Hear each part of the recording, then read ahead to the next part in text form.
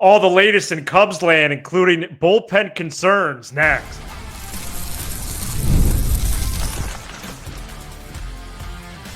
You are Locked On Cubs, your daily Chicago Cubs podcast. Part of the Locked On Podcast Network, your team every day. You are Locked On Cubs, part of the Locked On Podcast Network, your team every day. Alongside Sam Olber, I'm Matt Cozy. Sam and I are lifelong fans, taking our passion into a discussion with you on all things Cubs. Thank you for being part of the show and making us your first listen today. And the best way you can help us grow the show is to listen or watch every day. Today's episode is presented by FanDuel. Right now, new customers can get $200 in bonus bets when your first $5 bet wins. If you haven't checked out our NL Central preview that Sam was on with all the other hosts in the division, please do that. Audio and video feeds, that's up now. And on Wednesday, Joe George, the postcast host for all the Chicago teams, is going to be with us as we continue to roll him out and continue to preview the season, which starts Thursday. And we already carried some. Well, actually, already started last week, but then it restarts Thursday. We already carried some trepidation about the bullpen entering this year, but following that Japan trip, and then would punctuated be the right word or increased with Monday's spring training debacle? We're here to discuss the bullpen once again. Sam, it's opening day week again. And Cubs are part of a lot of openers here the next week to 10 days. But that back end of the bullpen, really the bullpen in its entirety, is starting to give us some pause once again. Well, it's such a difficult topic because while it is spring training and then the 2 games in Japan, if you want to loop those in there. So while spring training doesn't matter, et cetera, but the difference with my voice is cracked. The difference with the back end of the bullpen is that we have seen this movie before. We saw Michael Fulmer struggle at the end of a film that you don't want a ticket to.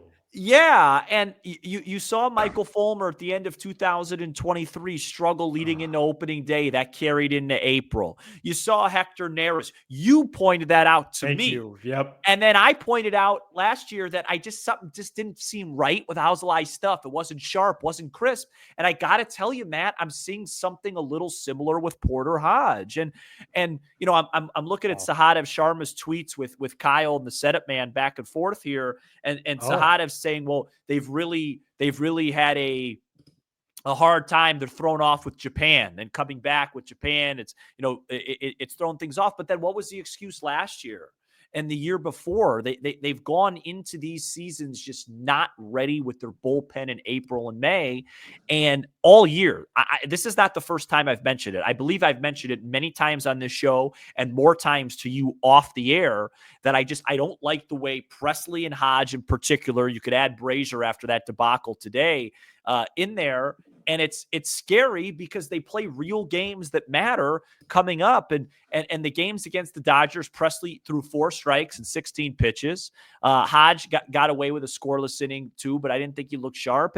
And today they took the field after, some less than stellar outings their first game back. And these were the numbers today. 1 inning from Ryan Presley, 3 hits, 2 earned. He was the best of the group. 1 inning, 2 earned, 2 hits, 1 hit by pitch, 1 wild pitch from Porter Hodge. All spring, his velo's been down a tick. All spring, it's looked like his slider doesn't have the same bite.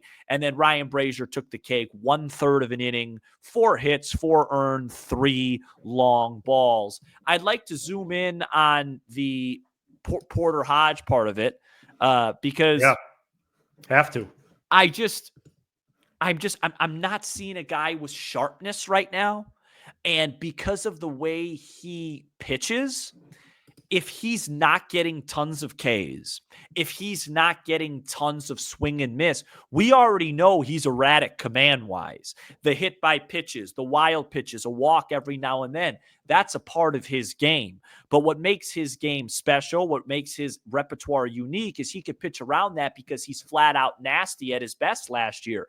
I have not seen a whole lot of flat out nasty from Porter Hodge. I have not seen a whole lot of 97 from Porter Hodge. And I know spring doesn't matter, but we talk about it. Relievers are like field goal kickers. It changes from year to year. It's no surprise. Guys like Merriweather, they've looked good all spring. They continue to look all spring. And I just think it's very fair to have that at least in your top 2 list of concerns as we head to Chase Field, if that's still what they call it on Thursday.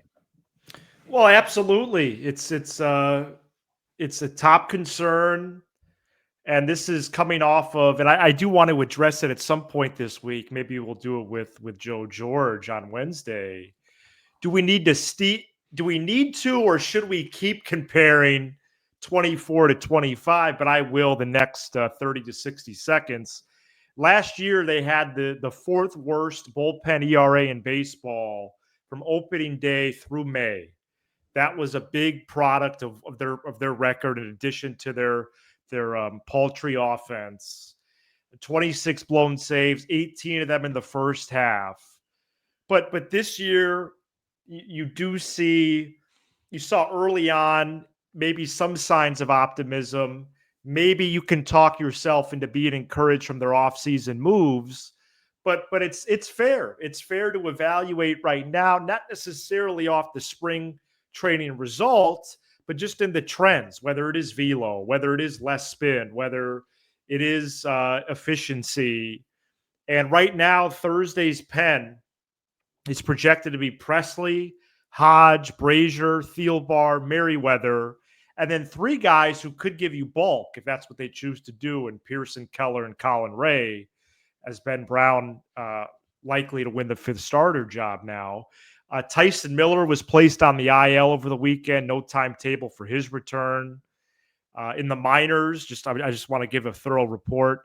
In the minors, you have Little, Morgan, Neely, Palencia, Roberts, and Hollowell all on the 40-man.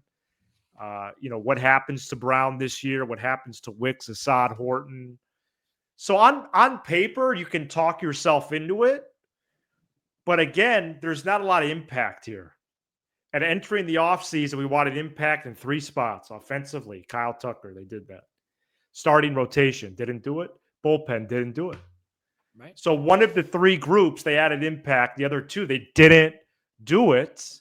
And before I read you the opening day bullpen last year, which is just an atrocity, you go ahead and respond to that if you need to. Well, I just want to emphasize, as you do that, this feeds right into what you're going to do, that, with all due respect to a phenomenal reporter like Sahadev Sharma, what have the Cubs done with their bullpen in April, May, the last 2 years to deserve the benefit of the doubt?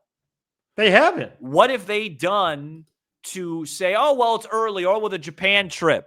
I was at the game in April where Fulmer blew a game. I mean, Alzolay, it was even the games that he saved early in April, it was really difficult. And then you go get a guy like Presley, who basically just feels like a different version of Neris from the same team. Everybody that I've talked to with Houston, Astros podcast hosts, people that follow the game, Astros fans said, hallelujah. No more Ryan Stressley. And so now he's going to be our 8th inning guy. And then we have this deja vu all over again. Shout out to, the late, great Yogi Berra. Yogi Berra, yeah. With Alzolay Hodge, remember? 2023, Alzolay, really sharp. Okay. Oh, he's locked into being that guy. Something doesn't seem right. So it may all work out, but to question it is not being overreactionary, because we've now had 2 years of seeing it play out, Matthew. Yeah, it's not an overreaction. It's fair to at least give pause, if not a full level of concern. And just to humor ourselves, I did want to tell you where everybody who was on the opening day roster last year out of the pen is now. Ready? Sure. Alzolay signed a minor league deal with the Mets. Merriweather's still on the Cubs. Only person who's projected to make it this year as well. Neris, minor league deal with the Braves. He just made the team on Sunday with them. Leiter will be in middle relief for the Yankees. Quas is nearing his last efforts here. 13.50 ERA in Phillies spring training as a minor league guy. Almonte returned to the Cubs last month on a minor league deal following a major injury. Luke Little will begin the season at AAA. Does offer a ton of upside, though, when he is right. And last but not least, Drew Smyly, who is out of baseball and pitched most of the year with the Cubs. Not even in baseball. Coming up next, we're going to project the opening day lineup for the Cubs and go over the options for not only this Thursday, but beyond, especially with more encouraging news about Nico Horner returning. Stay tuned. Today's episode is brought to you by Just Ingredients. When it comes to fueling your body, quality matters. That's why Just Ingredients is changing the game with clean, high-quality products designed to support better health and peak performance. Just Ingredients offers an NSF-certified line of protein powder, electrolytes, pre-workout, and creatine, all rigorously tested to ensure they're free from substances banned by major athletic organizations. Just Ingredients also just partnered with two-time MVP Bryce Harper, who trusts their NSF-certified sports line to fuel his training and recovery. This huge bag of chocolate protein powder that Just Ingredients just sent me has been huge for my workout routine, and it tastes amazing. Just Ingredients is so good, so many good flavors, and I love that they prioritize wholesome, nourishing ingredients without the artificial junk. Visit justingredients.us and use code LOCKEDONMLB for 20% off. That's justingredients.us and use code LOCKEDONMLB. This episode is brought to you by Monarch Money. Ever check your bank account and wonder, where did all my money go? Between dining out, online shopping, and entertainment, it's easy to lose track. That's where Monarch Money comes in, your personal CFO giving you full visibility and control over your finances. Monarch Money isn't just a budgeting app. It's a complete financial command center. You can track all your accounts, investments, and spending in one place so you stop just managing your money and start building wealth. Instead of juggling multiple apps, you can use Monarch to check your finances, track spending, and even plan long-term goals. Folks, if you're anything like me and you're not a big cook, you live alone, you spend way too much money on delivery services and takeout, Monarch Money is for you. It'll help you budget smarter and save more. Take control of your finances with Monarch Money. Use code LOCKEDONMLB at monarchmoney.com for 50% off, half off your first year. That's monarchmoney.com, code LOCKEDONMLB for half off your first year. Opening day number 2 is 9:10 p.m. Central this Thursday. Cubs Diamondbacks, and Sam will be live after the game. Yep. Will you be live after the game? I'm just second guessing myself. I will be live after the game, probably about 20 to 30 minutes. Joe's going to do his thing, and then I'm going to go live. And then Friday, I will be doing a live watch along number 2 of the year. And that one, Matt, we don't have to do a show after that.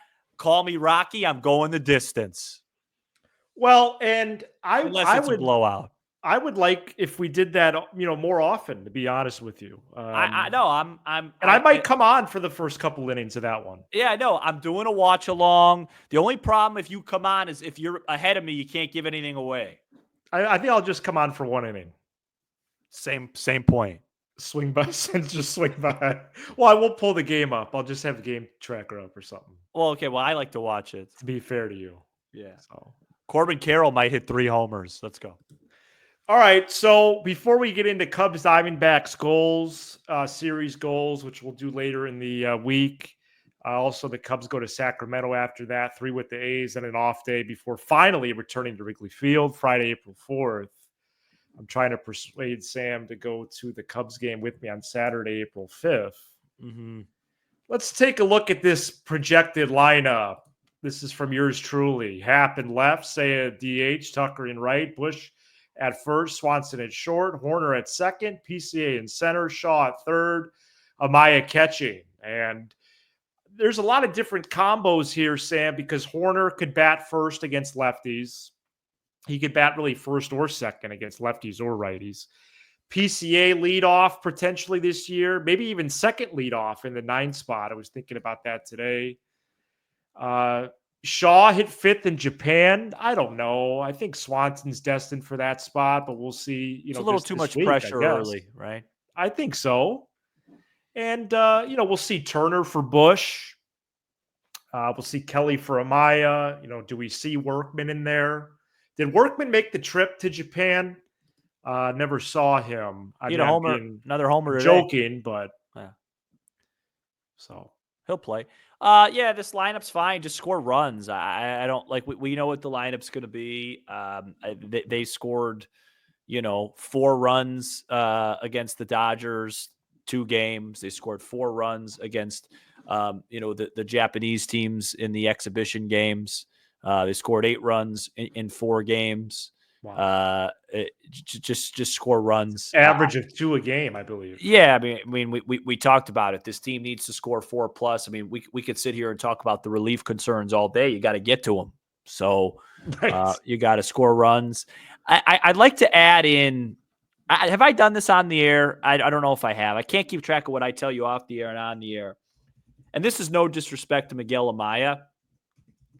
I think Carson Kelly is gonna take. I don't want to say nobody takes a hold of the position because you give so much rest. By the way, I have the Cubs record when scoring 4+ last year. Go ahead, tell us. 67 and 21. Yeah. So score 4 runs. I think Carson Kelly's a pretty good player. I mean, I really like the way he handles the run game. His at bats have looked extremely competitive. And I'm just looking forward to watching him play. Gage Workman should get a start this weekend. I know they got to face Eduardo Rodriguez. Is that who it is? At some point, he's a lefty. They face him on Sunday. So he won't play in that game, but I think the rest is righties, right? Fott, Kelly, and Gallen. So I'd like to see him get a start against one of those guys. He's earned it. Well, you were the first to float in Cubs content world about Workman starting in Japan. And I was really surprised he didn't. It wasn't even close to happening because he didn't even make an appearance. I thought much less start. Do you really want Matt Shaw to have to make his debut versus Yamamoto and Sasaki back to back? I thought I thought for sure Workman would play one of the games. Wow. And I thought wrong. He didn't, and I guess in a way he's not even guaranteed to make the opening day roster. He will. But with the Cubs playing Tucker, Happ, actually I don't know if has Tucker played center in spring training. Not much. I know Happ and Seiya have. Well, Seiya, if they could play center for a game or two, then Vidal Bruja is going to be his tribe will be spoken. Because the only reason why they would really keep him is because he could play center field. Yeah, but if PCA gets hurt, you'll just IL him and then bring up Alcantara. Right. Unless it's for just a game or two, though. Right. Well, these are major leaguers. Happ and Tucker can play for a game or two. Totally. And Seiya at Wrigley in center would be fine. No, it wouldn't. I don't want to see that. In a smaller outfield like that? I don't want to see Seiya in center field. I just don't. Okay, well, they played him there in spring a couple times. That's fine. They played Gage Workman in left today, I mean. Well, I think they want to increase his versatility as well. No, look, Seiya can play right. He can play left. I think center is a bit of a stretch. Okay. Well, again, it would just be for a few innings at a time, maybe 1 or 2 games the whole campaign. But we could, continue we could get off that point. So, opening day lineup. I want the Cubs to score. I mean, they scored first last Tuesday morning when it was 5-something a.m., but it didn't matter. What if they got off to like a 3-0 lead Thursday night? I mean, it would just be a joyous time. Hopefully they could keep that lead, obviously. But, my opinion has changed on that a little bit. I always was the early lead guy. Yeah, it's too much. Too much, right? I overdid it. Well, no, you didn't overdo it. It's just the Cubs. It feels like the Cubs always get out to early leads. Right. The truth is they led a lot last year. Yeah. And they won only 83 games. I think finished 10 plus games out of first. I think you said it beautifully in a text to me a couple days ago. You said it. What was it? You said, Sam, you need a win. You need a Cubs win to just get the vibes going again. Because I'll talk about in this next segment. I just with our back end of our bullpen struggling. And by the way, I'll just float it out there. Kyle Tucker, another offer.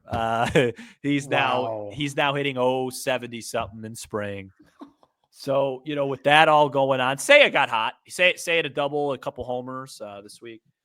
But, the Japan series, I just need a W. I just need a W, and then I'll be refreshed. I mean, you give me an upset win, and I'm going to break some news in a second when we talk about FanDuel to you.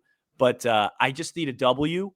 If it happens Thursday, then that Friday watch along, I'll be back to where I need to be. I'll order in some food. And I just want to point this out, because this shows sometimes you need comic relief, and I sure definitely could use it after the weekend that I had. While Porter Hodge and Ryan Presley and Ryan Brazier and Caleb Thielbar, and you name it, whoever was hitting home runs for, I think, the only team that could take down the Dodgers, the Atlanta Braves, this afternoon. We're doing that.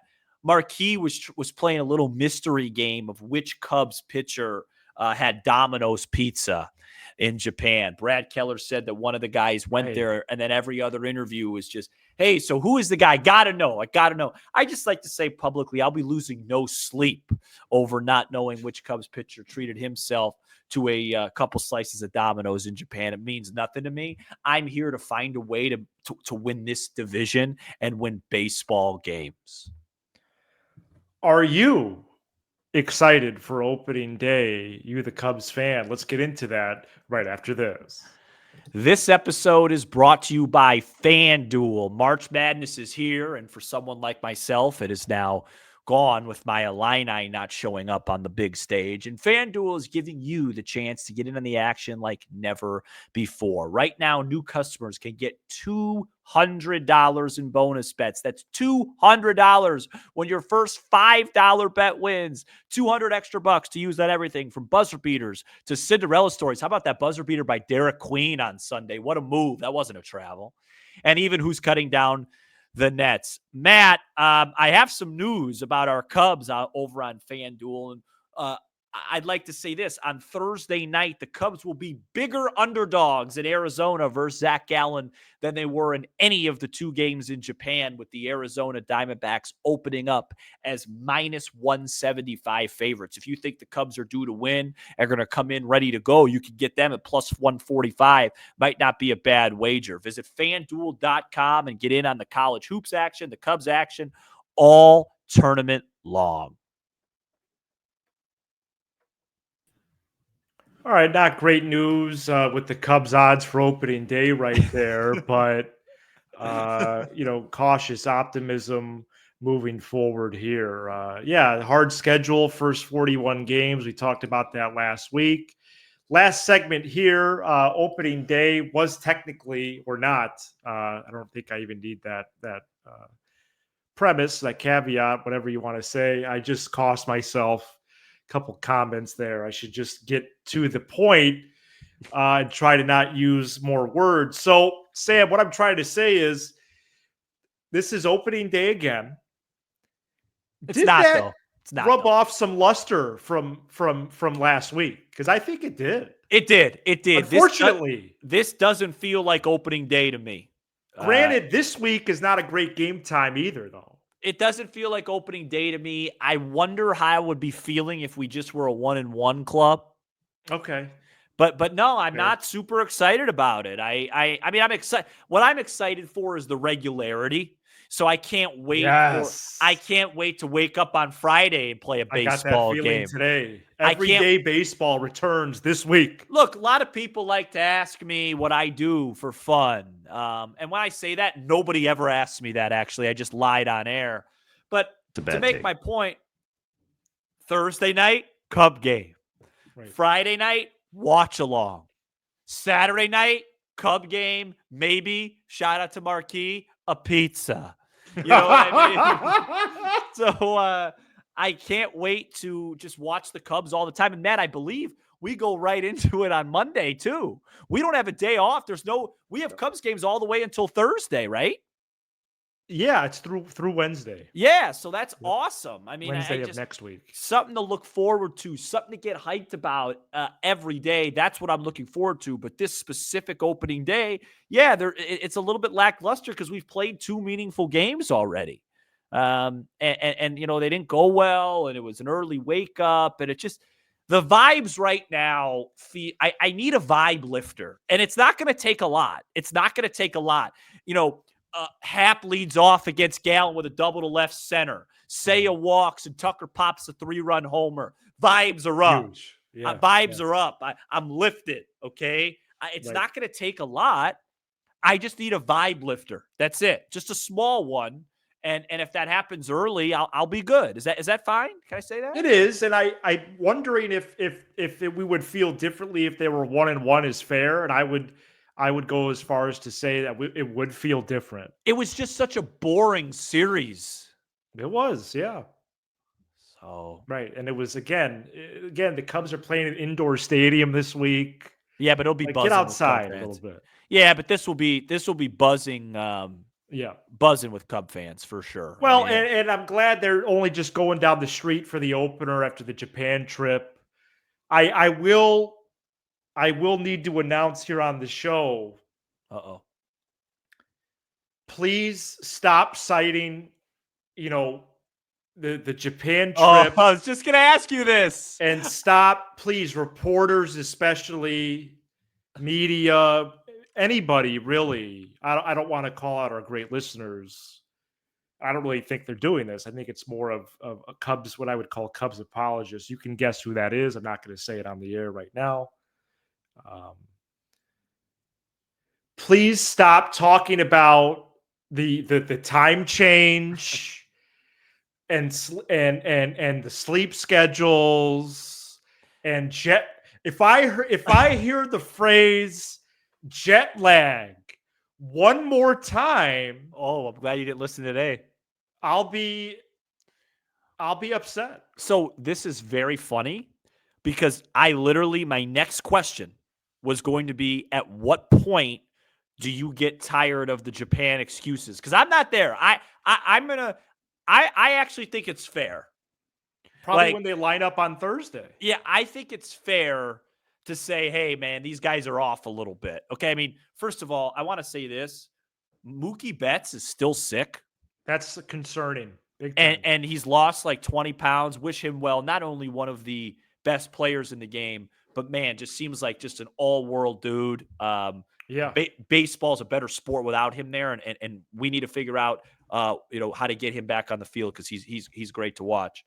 But Tommy Hotovy talked about today. There's like a little head cold going around the Cubs and stuff. So look, I'm with you.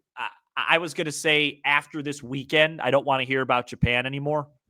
I was going to give him the Arizona series, but you seem like you're just done already. So, hey, I respect that. That's a Sam Olber type of take. I think it's fair. 13-hour time change. You go in there.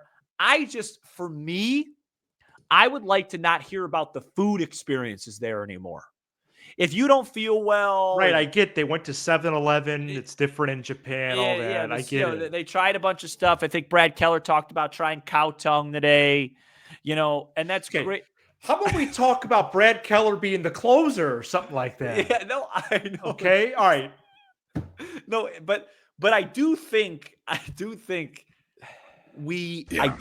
that it is a little bit valid that these guys, I'm not dismissive of it entirely. Yeah, I do think it's a little bit tough, and it's not a trip that I think they'd want to make again to start the year. I wonder that too, because Council said they would sign up for it in a heartbeat. It just throws off a lot of things, but we'll see. I mean, when did they get back? Last Thursday, so it'll be like a full 7 days. Exactly. To prepare and go. And listen, when you're playing baseball, your instincts take over anyway. So we'll see. But I think we'll preview this series. We'll talk about the matchups. Cubs will catch a break. No Burns. That helps. Yeah. And, I guess, I think where I'm at, I'll close the show with this. Thank you.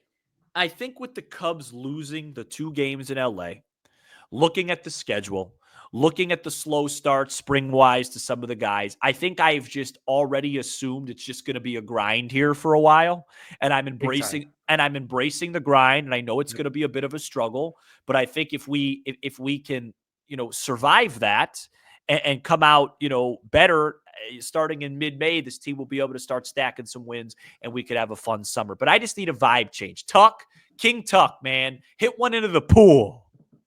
No kidding. Thank you so much for checking out this episode. We are here 5 days a week talking about all things Cubs. For Sam Olber, I'm Matt Cozy, and you are now Locked On Cubs. Go Cubs.